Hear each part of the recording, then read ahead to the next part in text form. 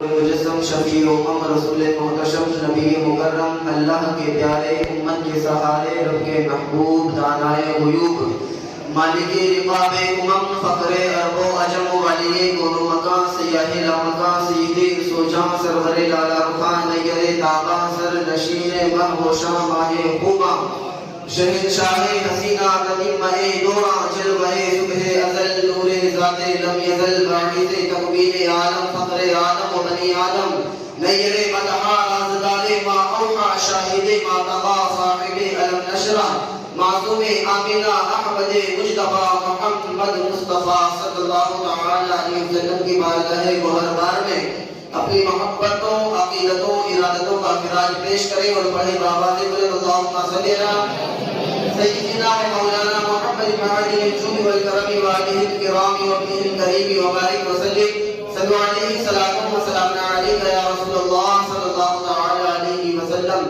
غوث اعظم کمرے بے سر و ساما مدد قبلہ دی مدد کعبہ ایما مدد بغرداد بلا افتادہ کشتی ضعیفان شکستہ تو کشتی بحق خواجہ عثمان ہارون مدد کن یا معین الدین چشتی اللہم نور قلوبنا بتلاوت القرآن وزین اخلاقنا بالقرآن ونجنا من النار بالقرآن وادخلنا الجنة بالقرآن. حضرات محترم، اللہ رب العزت قرآن عظیم فرقان حمید میں ارشاد فرماتا ہے وَلَا تَكُونُوا كَالَّتِي نَقَضَتْ غَزْلَهَا مِنْ بَعْدِ قُرْبَةٍ أَنْكَاثًا. رب تبارک و تعالیٰ نے قرآن عظیم فرقان حمید میں ایک بوڑھی عورت کا اگزامپل اور مثال پیش فرمائی اور اپنے بندوں سے مخاطب ہو کر کے ارشاد فرمایا اے میرے بندوں تم اس کی طرح نہ ہو جاؤ اس بوڑھی عورت کی طرح جو دن بھر اپنا سود کاٹتی ہے اور رات کو خراب کر دیتی ہے.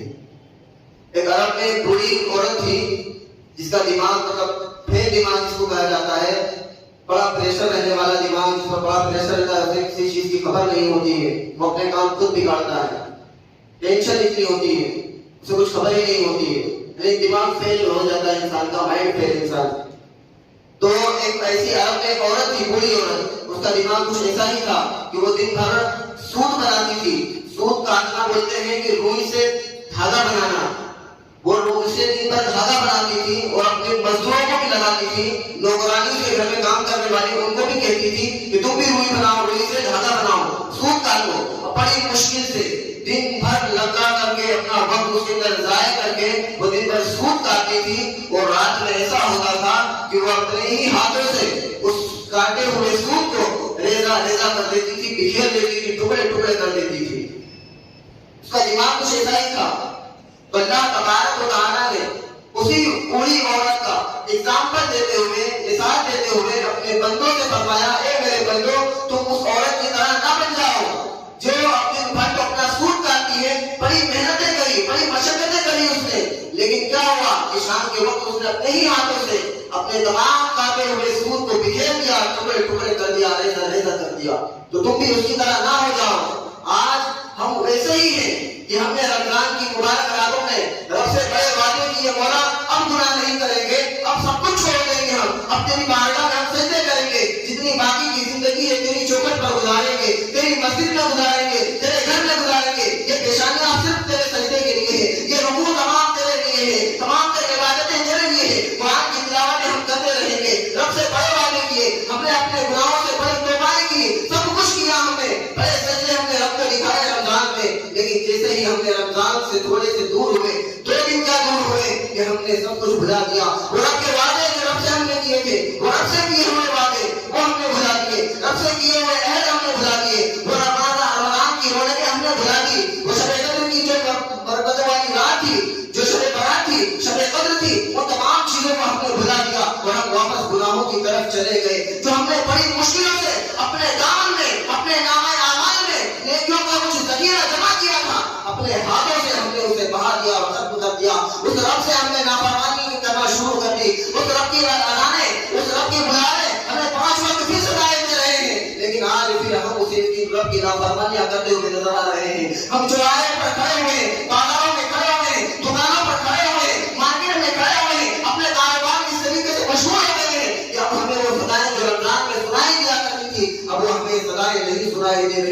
اگر سنائی دے بھی رہی ہے تو ہمارے دل تک نہیں اتر رہی ہے. وہ دل میں کیسے اترے گی جب ہمارا دل اور دماغ صرف اور صرف کاروبار میں لگا ہوا ہوگا, صرف اور صرف اپنے کاروبار اور اپنے دربار میں لگا ہوا ہوگا, صرف اور صرف مارکیٹ اور بازاروں میں لگا ہوا ہوگا. تو یہ رب کی اذانیں, یہ رب کی صدائیں جو نماز کو 5 وقت ہمیں بلاتی ہے, یہ کیسے ہم اس کی فرمانیاں, کیسے اس کی ہم اس سے فرما بردار بن جائیں اور اس پر عمل کرتے ہوئے مسجد کی طرف آ جائیں, جبکہ ہمارے دل میں دنیا بھری پڑی ہے. ہمیں دنیا سے نکلنا ہوگا, دنیا کو واپس نکالنا ہوگا. جس طریقے سے ہم نے رمضان میں دنیا کو اپنے سے دور کر دیا تھا, کاروبار کو دور کر دیا تھا, اور کہا تھا مولا یہ کاروبار کچھ بھی نہیں ہے, حقیقی رزاق تو ہے, تو ہی رزق دینے والا ہے, ہم تیری عبادت کریں گے. رب سے وعدے کیے کہ نہیں کیے ہم نے, توبائیں کی کہ نہیں کی ہم نے, اپنے تمام گناہوں سے توبہ کی کہ نہیں کی ہم نے, سب کچھ کیا ہم نے. لیکن جیسے ہی رمضان گیا ہم نے سب کچھ بھلا دیا. وہ سجدے بھول گئے, وہ رکوع, وہ رکوع, وہ قیام, وہ تمام قرآن کی تلاوتیں, وہ نوافل کی کثرتیں, وہ تمام چیزیں ہم بھلا دیے. مسلمانوں, ہم کیسے مسلمان ہیں کہ صرف رمضان میں عبادت کرتے ہیں, مسجد کو آباد سے رمضان میں کرتے ہیں, اس کے وقت تو اس کے بعد ہم بھول جاتے ہیں کہ ہمارا رب کون ہے. یاد تو رکھا کرو میرے دوستوں کہ وہ رب کون ہے جو رمضان میں تمہارا رب تھا, آج بھی وہ تمہارا رب ہے, اور کل قیامت تک وہ تمہارا رب رہنے والا ہے. تم اسے کیسے بھول جاتے ہو؟ ہمیں چاہیے کہ ہم ہمیشہ رب کو یاد رکھیں میرے دوستوں. جو عبادتیں ہم نے رمضان میں کی اس طریقے سے 11 مہینے کرنا ہے ہمیں عبادتیں. رب فرماتا ہے اس بری عورت کی طرح نہ بنو جس نے اپنا دن بھر سود کاٹا اور رات میں شام کے وقت اپنے ہی ہاتھوں سے اسے برباد کر دیا. رمضان میں ہم نے خوب عبادتیں کی اور رمضان کے بعد اپنے ہی ہاتھوں سے اسے برباد کر رہے ہیں. ہم واپس اسی کیلنڈر میں چلے گئے, انہیں بدافاریوں بداماریوں میں چلے گئے. کیوں ایسا کر رہے ہیں ہم؟ کیا ہم اس بری عورت کی طرح, یا ہمارا دماغ کوئی فیل ہو چکا ہے؟ اس بری عورت کی طرح ہمارا دماغ فیل ہو چکا ہے. رب نے ہمیں اپنے شریر دی ہے, اپنے شریر بہترین عقل دی ہے, ہمیں بڑا باشعور بنایا ہے اور بہتر سے بہتر انسان تمہیں بنایا ہے. اس کے باوجود تم اس طریقے سے بھول جاؤ گے کہ رب کو یہ امید کی تھی. رب فرماتا ہے وَلَا تَكُونُوا كَالَّتِي نَقَضَتْ غَزْلَهَا, اس عورت کی طرح نہ بنو جس نے اپنا سود دن بھر کاٹا اور رات میں اپنے ہاتھوں سے اسے برباد کر دیا. پورا رمضان ہم نے عبادتوں میں گزارا اور عید کے بعد ہم نے پھر واپس وہ عبادتیں برباد کر دی. واپس اسی میں لگ گئے ہم, قیمتیں, چغلخوریاں, جھوٹ, دغا بازی, ایک دوسرے کی نافرمانیاں, ماں باپ کو ستانا, یہ تمام چیزیں واپس ہم اسی میں چلے گئے میرے دوست. جب ہم نے شب قدر کی راتوں کو رو رو کر کے گزارا تھا, جب رات بھر ہم نے عبادتیں کی تھی اور رب سے وعدے کیے تھے, تو ہونا تو یہ چاہیے تھا کہ شب قدر کی صبح کو مارکیٹ میں جو برائیاں پھیل رہی تھی وہ تمام کے تمام کر ختم ہو جانی چاہیے تھی, یا پوری نہ ہوتی تو 80% تو ختم ہو جاتی. یہ غیبت کی چغلخوری, یہ جھوٹ, یہ دغا بازی, یہ تمام چیزیں ہمارے درمیان سے ختم ہو جانی چاہیے تھی. رات میں رو کر کے عبادتیں تو کی ہم نے, رمضان میں عبادتیں کی ہم نے, لیکن اگر واپس کیوں ہمارے درمیان آ گئی؟ جب ہم اس کو چھوڑ چکے تھے, سچی توبہ کر چکے تھے, تو کیوں ہمارے درمیان آ گئی یہ تمام چیزیں؟ ہمیں بدلنا ہوگا میرے دوستوں. جس طریقے سے رمضان گزارا, اچھا یہ بتاؤ کہ رمضان کے دن ہمارے اچھے نہیں تھے کیا؟ رمضان کے دن اچھے تھے کہ نہیں تھے؟ کتنے خوبصورت دن تھے وہ, بالکل انسان وقت کا پابند بن گیا تھا. سحری کے وقت اٹھنا ہے, اس کے بعد آدھا گھنٹے مجھے یہ کرنا ہے, اس کے بعد 2 گھنٹے کے لیے مجھے دکان پہ جانا ہے, 2 بجے چلے گی مجھے واپس آنا ہے, گھر پر آنا ہے, یہ کرنا ہے, فلانا, پورا ایک ٹائم ٹیبل, ایک شیڈیول بن گیا تھا ہمارا. اب وہ چاہیے تھا کہ ہمیں اس شیڈیول کو اپنی زندگی میں شامل کر لینا چاہیے تھا, لیکن جیسے ہی رمضان گزرا ہم نے سب کچھ بھلا دیا. وہ رب فرماتا ہے کہ میرا ذکر کرو اور کثرت سے کرو, فاذکرونی اذکرکم, تم میرا ذکر کرو میں تمہارا ذکر کروں گا, یعنی تمہیں لوگوں کے درمیان مشہور کر دوں گا. فرماتا ہے لیکن ہم تمام چیزوں کو بھلا دیے, کوئی چیز ہمیں یاد نہیں رہی. رب فرماتا ہے یا ایھا الذین آمنوا اذکروا اللہ ذکرا کثیرا, اللہ کا ذکر ہے ایمان والوں کثرت سے کرو. اور وہ رب اپنے بندوں کو ہمیں جو حکم دے رہا ہے اپنی عبادت کا, اپنے ذکر کا, تو وہ یہ نہیں کہہ رہا کہ تم جاؤ اور جنگ کے میدان پر تپتی ہوئی ریت پر, تپتے ہوئے پتھروں پر جا کر کے سجدے کرو. نہیں, وہ رب سے حکم دے رہا ہے میرے بندوں تمہارے لیے میں نے اتنا خوبصورت گھر بنا دیے ہیں, قالین بچھوا دیے ہیں تمہارے لیے, پنکھے لگوا دیے ہیں, مسجدوں میں AC لگی ہوئی ہے, تمام سہولتیں تمہارے پاس میں سہولیت کے اندر سجدے کا حکم دے رہا ہے، اپنے ذکر کا حکم دے رہا ہے۔ ذرا یاد تو کرو پرانے ہمارے اسلاف کی کہانی کو، بزرگان دین کی کہانی کو ذرا یاد تو کرو کہ انہوں نے کیسی تپی ہوئی ریت پر سجدے کیے ہیں۔ ان تپے ہوئے پتھروں پر، چٹانوں پر اپنی پیشانیوں کو رکھ کر کے رب کو یاد کیا ہے اور رب کو راضی کیا ہے۔ کسی نے کیا کہا تھا کہ ہمارے بزرگان دین لوہے کے چنے چبایا کرتے تھے، اور آج ہم مکھن کھاتے ہیں، اس کے باوجود ہم سے عبادتیں نہیں ہوتی۔ تمام تر نعمتیں ہمارے پاس میں موجود ہیں، تمام تر سہولتیں ہمارے پاس موجود ہیں، 2 سیکنڈ لگتے ہیں، 2 سیکنڈ یا 5 منٹ زیادہ سے زیادہ نہیں دور جانے والے تو مسجد تک کے۔ گاڑیاں آج کل ہمارے پاس ہیں، بائکیں ہیں، کار ہیں، سب کچھ ہمارے پاس ہے، اس کے باوجود ہم مسجدوں کو ویران رکھتے ہیں۔ وقت کتنا لگتا ہے مسجد آنے میں؟ 2 منٹ لگیں گے نا، بائک سے اگر آئے 2 منٹ 3 منٹ لگیں گے زیادہ سے زیادہ۔ کون سا باہر گاؤں کے رہنے والے ہیں ہم، پڑوس میں ہماری مسجدیں آباد ہیں، مسجدیں بنی ہوئی ہیں، شاندار عالیشان مسجدیں بنی ہوئی ہیں، اس کے باوجود ہم مسجدوں کو ویران رکھ رہے ہیں۔ ہم پرانے اسلاف کو ذرا پڑھ کر کے دیکھیں تو صحیح۔ اخبار پڑھنا تو ہمیں بہت اچھے طریقے سے آتا ہے، صبح صبح ہوتی ہے اخبار کو تلاش کیا جاتا ہے اور ناقدیں تو چوری کر کے پایا جاتا ہے۔ اخبار پڑھنے کی ایسی عادت اور ایسی لت لگی ہوئی ہے ہمیں، وہ جھوٹی خبریں، وہ بناوٹی خبریں، وہ بناوٹی الفاظ، وہ دکھاوے والے الفاظ جن کی کوئی حقیقت نہیں ہے، ہم اسے پڑھنے کے لیے بڑے بیدار ہوا کرتے ہیں۔ لیکن جو قرآن سچا قرآن ہے، جس کا ایک ایک حرف، ایک ایک زبر، ایک ایک زیر بالکل حق اور خالی اور سچا ہے، ہم اس قرآن سے اتنے دور ہیں کہ برس ہوتے ہیں ہم نے قرآن کھولا ہی نہیں۔ وہاں تو یہ چاہیے تھا کہ نماز پڑھ کر کے جاتے اور قرآن کی تلاوت کرتے۔ ذرا یاد کرو میرے دوستوں، پرانے اسلاف کی زندگی کو کھول کر کے دیکھو تو صحیح، صحابہ کا طریقہ دیکھو، وہ صحابی رسول کس قدر سے اپنی جانوں پر اللہ کے رسول صلی اللہ علیہ وسلم کی جان کو قربان کر دیا کرتے تھے۔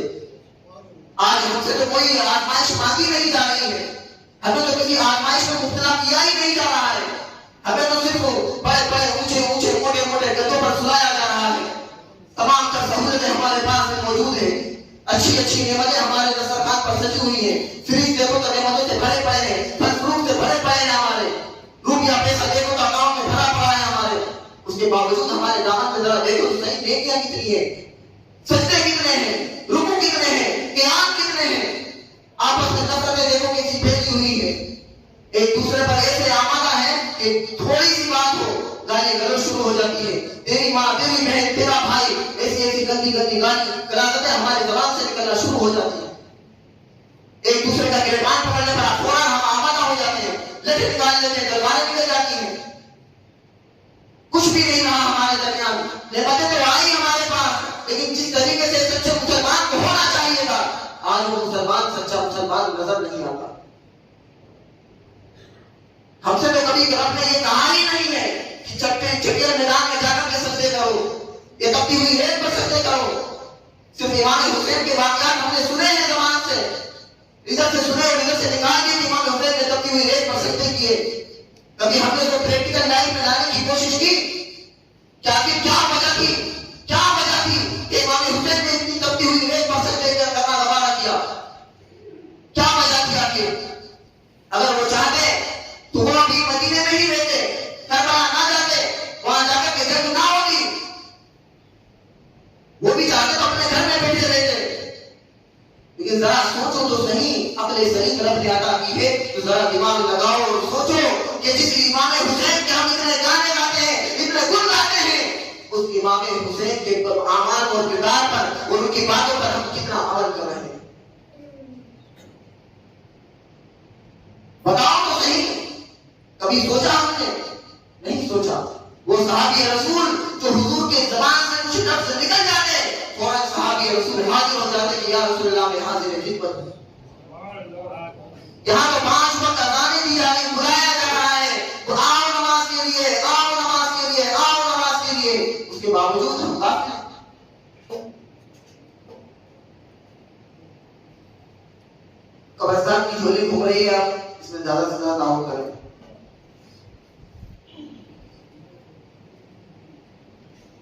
میرے دوستوں، میرے بزرگوں، ہم اپنے آپ کا محاسبہ کریں کہ میں نے کتنی عمر گزار دی ہے اور اب مجھے عمر کتنی گزارنی ہے آگے۔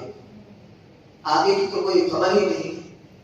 اب لوگ ہمیں کہنے لگے بھائی تیرے یار چہرے پہ داڑھی آ گئی ہے تو داڑھی میں سفید بال نظر آنے لگے. اب تو ہمیں سدھر جانا چاہیے تھا. 40 سال ہو گئے عمر گزار کی ہم نے, اب تو ہمیں سدھر جانا چاہیے تھا. ہونا چاہیے.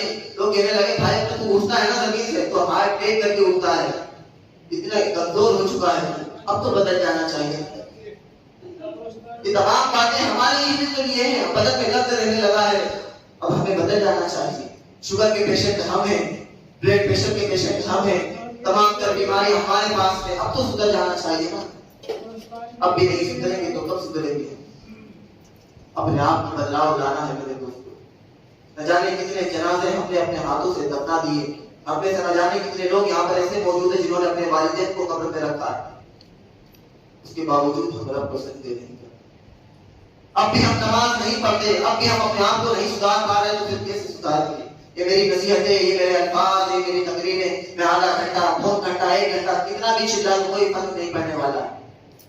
اگر ہم نے اپنے والد کے جنازے کو دیکھ کر کے نصیحت حاصل نہیں کی نا, تو کتنا ہی بڑا علامہ ہو, کتنا ہی بڑا مفتی ہو, کتنی ہی نصیحتیں کر لے, انسان سدھرنے والا نہیں. جو اپنے باپ کے جنازے کو دیکھ کر نہ سدھرے, اپنی ماں کے جنازے کو دیکھ کر کے نہ سدھرے, وہ نصیحت حاصل نہ کرے, تو وہ انسان کیسے کسی عالم کی بات پر سدھر سکتا ہے؟ وہ ہمارے لیے سب سے بڑی نصیحت تو وہ تھی کہ باپ کا جنازہ صحن پہ رکھا ہوا تھا گھر میں, آنکھوں میں آنسو, اس وقت وقت کی 2 پڑی تھے بس. اسی وقت ہم نے نصیحت حاصل کر لینی تھی کہ یہ زندگی, یہ جو تھوڑی بہت کی دنیا, یہ پانی ہے, ختم ہونے والی ہے. ایک نہ ایک دن ایسا ہی میرا جنازہ اسی صحن پہ رکھا ہوگا, میرے بیٹے میرے لیے رو رہے ہوں. اسی وقت ہمیں سدھر جانا چاہیے. لیکن اب بھی نہ سدھرے تو کچھ سدھریں گے. یہ اٹھتے ہوئے جنازے ہمارے لیے نصیحتیں ہی تو ہیں کیا؟ یہ ہمیں بتلا رہے ہیں کہ آج میں جا رہا ہوں, کل تمہاری باری ہے. ہم میں سے ہر ایک شخص موت کی لائن میں لگا ہوا, اور کسی کو پتا بھی نہیں ہے کہ کس کا نمبر کس کے بعد. کسی کو خبر نہیں میرے دوستوں. تو کیا کسی نے کہا کہ زندگی کے 4 دن, زندگی کے 4 دن کہنے کو کہا ہے کسی نے, ایک محاورہ ہے, ایگزامپل ہے کہ زندگی کے تو صرف 4 دن ہیں. 2 یا 3 تو ہم پر نہ جانے کون گزار چکا ہے. کسی کا لاسٹ دن چل رہا ہے, کسی کا دوسرا, کسی کا تیسرا دن چل رہا ہے. اور نہ جانے ہمارا کون سا دن چل رہا ہے. ہو سکتا ہے آخری جمعہ ہو, آخری اثر ہو, کسی کو خبر نہیں میرے دوستوں. آج کسی محفل میں سچی توبہ کرو, تمام عداوتیں, نفرتیں ختم کرو, اپنے آپ کو رب کی چوکھٹ پر لے آؤ. جو رونقیں ہم نے رمضان میں دیکھی تھی اور کی تھی, اب اسے تم نے دوبارہ لانا. جو مسجدوں میں ہماری آمد و رفت بن چکی تھی, 1 مہینہ رب نے ہمیں کس طریقے سے اپنے گھر میں دعوت نہیں بلایا, تو کیوں ہم واپس رمضان سے غافل ہو گئے, رمضان کی وہ عبادتیں بھول گئے؟ دائی دینا مشاہدہ, اپنے آپ کو سدھاریں.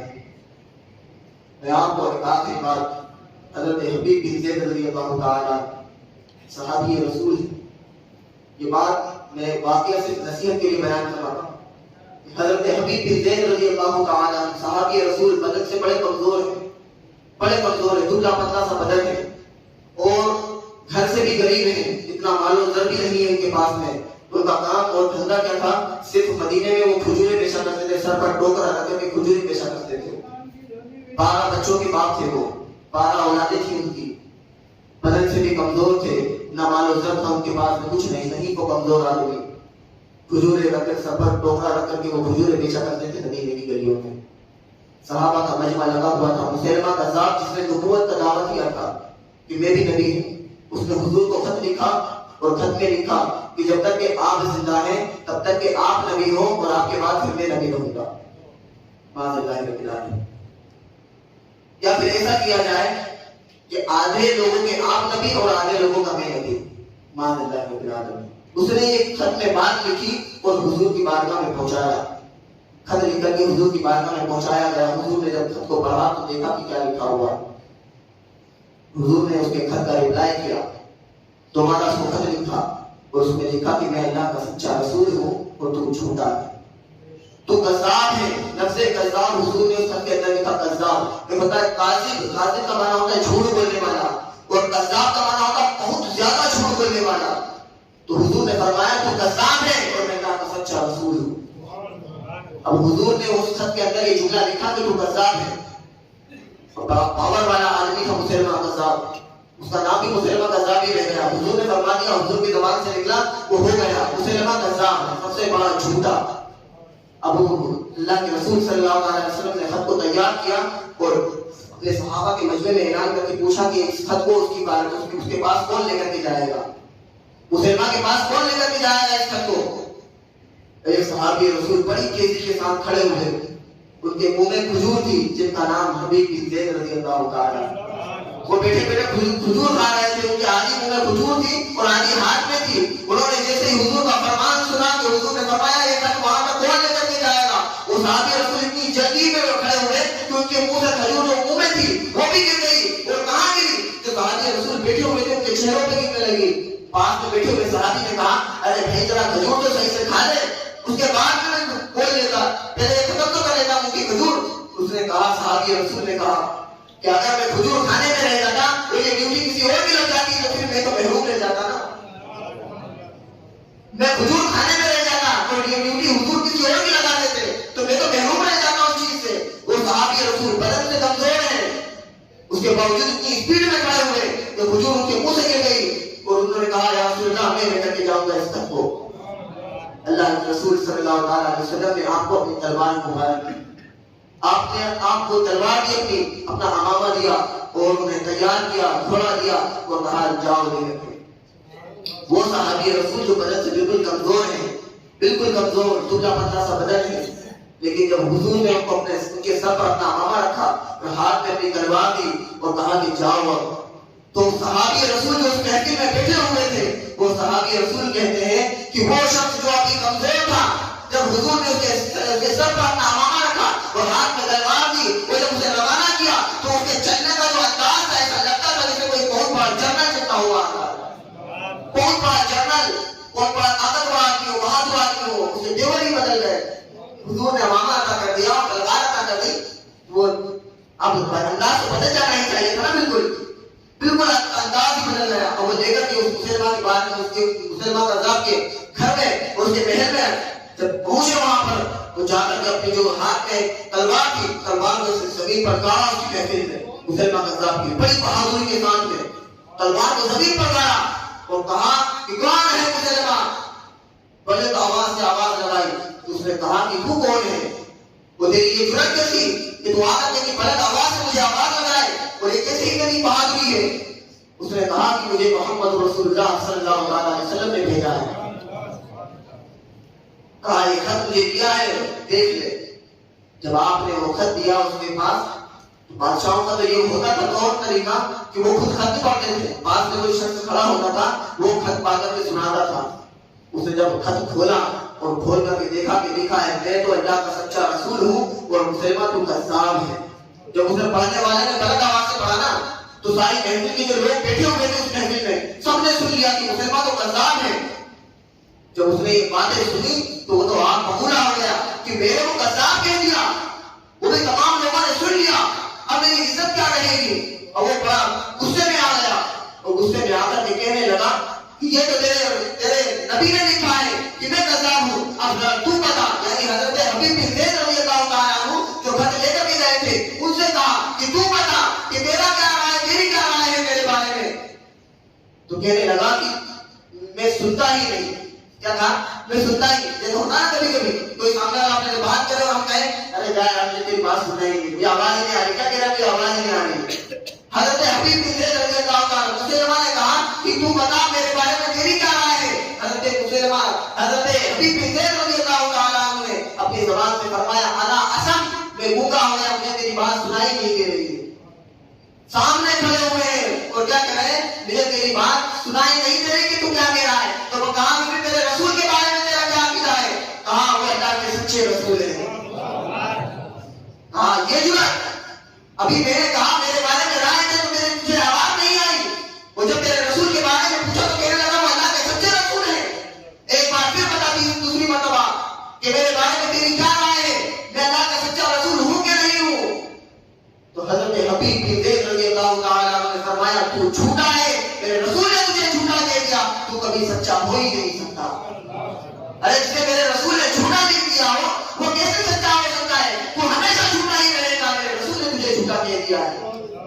حضرت حبیب بن زید رضی اللہ تعالیٰ بدن کے اتنے کمزور ہیں، اس کے باوجود زبان پر یہ الفاظ، اتنی جرأت والے بھرے الفاظ کہا کہ تو سب سے بڑا جھوٹا ہے، میرے رسول نے تجھے جھوٹا کہا. اس مسلمان نے کہا یہ جو تیرے آس پاس لوگ کھڑے ہوئے ہیں ارد گرد، یہ تمام تر میرے لوگ ہیں. ابھی میں صرف ایک اشارہ کروں گا اور تجھے موت کی کھانٹ اتار دیں گے یہ لوگ. ذرا پلٹ کر دیکھ تو صحیح کتنے لوگ ہیں تعداد میں. حضرت حبیب بن زید رضی اللہ تعالیٰ عنہ کی زبان سے پیاری الفاظ نکلی. ذرا سنو تو صحیح. حضرت حبیب بن زید رضی اللہ تعالیٰ عنہ کہنے لگے کہ اے مسلمہ، میں 12 بچوں کا باپ ہوں. ان میں سے کچھ ایسے ہیں جو ابھی دودھ ہی پی رہے ہیں، کچھ ایسے ہیں جو ابھی چلتے بھی نہیں ہیں. جب میں حضور کی یہ زبان سے لفظ سنا تھا کہ اس خط کو کون لے کر کے جائے گا مسلمہ کے پاس ہے، تو میں نے ان 12 بچوں کو پلٹ کر کے نہیں دیکھا، تو میں پلٹ کر کے تیرے غلاموں کو کیسے دیکھ دوں؟ ارے ان بچوں کو میں نے پلٹ کر کے نہیں دیکھا. دیکھنا تو وہاں چاہیے تھا کہ میرے دودھ پیتے بچے ہیں، ابھی پیر بھی نہیں چل پاتے ہیں، صحیح سے چلنا بھی نہیں سیکھے. میں نے بلکتے ہوئے بچوں کو اور روتے ہوئے بچوں کو نہیں دیکھا، تو میں تیرے بہادر غلاموں کو کیسے پلٹ کر کے دیکھ لوں؟ میرے حضور نے بھیج دیا ہے، تو غضب ہے تو غضب ہی رہے گا. یہ بہادری حضرت حبیب بن زید رضی اللہ تعالیٰ عنہ کی. اس نے کیا کیا؟ اپنے غلاموں کو حکم دیا کہ اس کا ایک ہاتھ کاٹ دو. حضرت حبیب بن زید رضی اللہ تعالیٰ عنہ آپ سے پوچھا گیا بتا مسلمہ کے بارے میں تیری کیا رائے ہے؟ آپ نے فرمایا کہ تو کذاب ہے. اس کے غلام نے کیا کیا کہ ہاتھ کو اٹھایا، داہنے ہاتھ کو اٹھایا اور یہاں سے کاٹ دیا. اور پھر پوچھا کہ اب بتا اب تیری کیا رائے ہے؟ دیکھو صحابی رسول ہیں اور کس طریقے سے ایمان پر پختہ ہے کہ وہ ایک ہاتھ کاٹ دیا یہاں سے، کلائی میں سے ہاتھ کاٹنے کے بعد اب پوچھتا ہے شاید بدل جائے کہ اب تیری کیا رائے ہے؟ تو کہا نہیں، جو میرے حضور نے تجھے کہہ دیا کہ تو کذاب ہے تو کذاب ہی ہے. میری رائے بدلنے والی نہیں ہے، میرے رسول سچے رسول ہیں. ہاتھ کٹ گیا. ایک ہاتھ کٹنے کے بعد زبان پر الفاظ دیکھو کیا ہے. اور آج ہم صرف ایک چھوٹے سے کاروبار کے لیے رب کی نافرمانی کرتے ہیں. رب کی نافرمانی. ہاتھ کٹ گیا ہے، اس کے باوجود زبان پر کیا الفاظ ہے کہ میرے رسول سچے رسول ہیں اور تو جھوٹا ہے. جان کی پرواہ نہیں کی جا رہی ہے. یہاں ہم مال کی پرواہ کر رہے ہیں، جان کی بھی نہیں، مال کی ایسی پرواہ کر رہے ہیں کہ ہماری 5 وقت کی نمازیں چھوٹی جا رہی ہیں، ہمیں پرواہ ہی نہیں. صحابی رسول سے دوبارہ پوچھا کہ اب بتا دے ورنہ دوبارہ پھر ہاتھ کاٹ دیا جائے گا. آپ کھڑے رہے. آپ نے کہا کہ نہیں، میرے رسول سچے رسول ہیں. ان کا ہاتھ پھر کوہنی سے کاٹا گیا. پھر پوچھا گیا بتاؤ ایک بار ایک بندوق سے اگر مار دیا جائے انسان کو تو اتنی تکلیف نہیں ہوتی ہے جتنی تکلیف اس کے اعضاء کو کاٹ کاٹ کر تکلیف دی جاتی ہے. جتنی تکلیف اس میں ہوتی ہے اتنی تکلیف کہیں اور نہیں ہوتی. آپ کا یہاں سے ہاتھ کاٹا گیا. پھر پوچھا گیا. پھر آپ کا کوہنی سے ہاتھ کاٹا گیا. پھر بازو سے کاٹا گیا. پھر الٹا ہاتھ. اسی طریقے سے آپ کے دونوں پیر کاٹ دیے گئے، دونوں ہاتھ کاٹ دیے گئے، حتیٰ کہ آپ کی گردن کو آپ کے جسم سے جدا کر دیا گیا اور جو بدن باقی کا بچا ہوا تھا اسے کھال اجیڑا کر کے تپتی ہوئی ریت میں پھینک دیا گیا آپ کے بدن کو. آپ جام شہادت نوش فرما گئے. لیکن آخری وقت تک آپ کی زبان پر صرف یہی الفاظ رہے کہ میرے رسول سچے رسول ہیں. آج حضور کی شان میں نہ جانے کیسی کیسی گندی گندی غلاظتیں بکی جا رہی ہیں اور آج کا مومن سچا مومن گھر میں عیش کی زندگی گزار رہا ہے، اسے کوئی پرواہ ہی نہیں.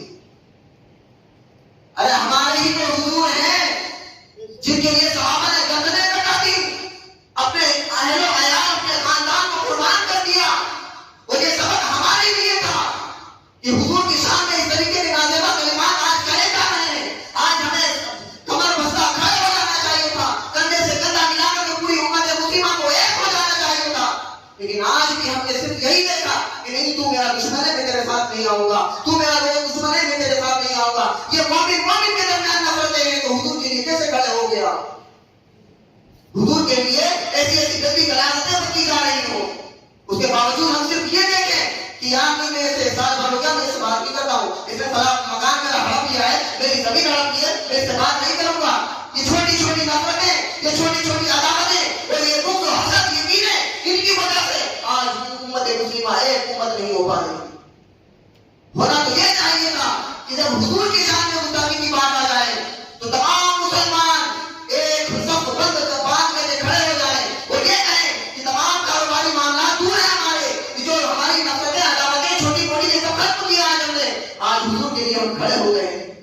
ہونا تو یہ چاہیے، لیکن ہم اس وقت بھی آپس کی نفرتیں دیکھتے ہیں، آپس کی دشمنیاں دیکھتے ہیں کہ نہیں میں نہیں جاؤں گا۔ ختم کرو یہ تمام چیزیں، یہ نفرتیں، یہ عداوتیں، یہ دشمنیاں ختم کرو، یہی رہ جاتی ہے۔ یہ 10 بیگھہ، یہ 10 ایکڑ زمین، یہ کھیت، یہ کاروبار، یہ سب یہی رہ جانا ہے، قبر میں نہیں لے کر کے جانا۔ اگر قبر میں لے کر کے جاؤ گے تو صرف اور صرف عشق رسول لے کر کے جاؤ گے۔ فرشتے دیکھ لیں گے کہ یہ چہرہ کیسا ہے، نورانی چہرہ ہے، یہ سچا عاشق رسول ہے۔ کہ نفرتیں لے کر کے جاؤ گے، آپس میں بھائی بھائی کا نافرمان ہے، وہ دل میں نفرتیں لیے ہوئے بیٹھا ہوا ہے۔ اب ہمیں ایک ہونا ہے، وقت بھی یہی کہہ رہا ہے، وقت کا بھی یہی تقاضا ہے کہ اب ہمیں ایک ہونا ہے۔ سب چیزیں بھلا دیں اور آ جائیں اس رب کی چوکھٹ پر، تمام چیزوں کو ختم کریں۔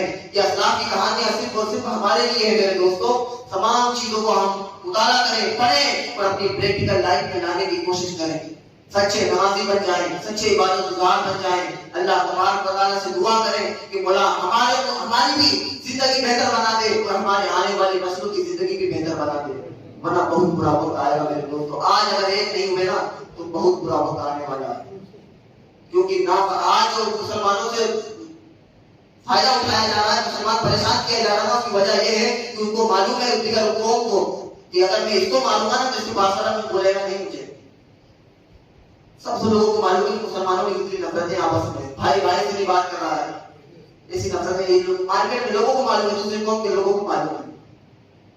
اس کے ختم کرو اور ایک امت واحدہ بنو، امت واحدہ، ایک امت بن کر کے رہو۔